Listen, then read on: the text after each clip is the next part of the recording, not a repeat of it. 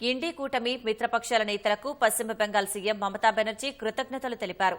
తనపై నమ్మకంతో కూటమికి సారథ్య బాధ్యతల విషయంలో మద్దతుగా నిలిచిన వారందరికీ పేరు పేరున దీదీ ధన్యవాదాలు తెలిపారు.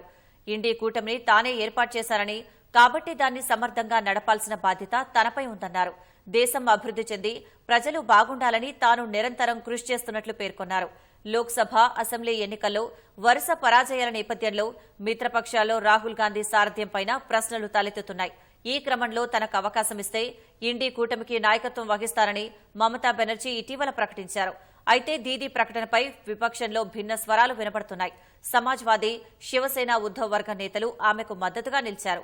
తాజాగా ఈ అంశంపై స్పందించిన ఆర్జేడీ అధినేత, బీహార్ మాజీ సీఎం లాలూ ప్రసాద్ యాదవ్ ఇండీ కూటమికి నాయకత్వం వహించే సామర్థ్యం సీఎం మమతా బెనర్జీకి ఉందన్నారు. ఆమె సారథ్యంలో ఇండీ కూటమి ముందుకు వెళ్లాలని ఆకాంక్షించారు.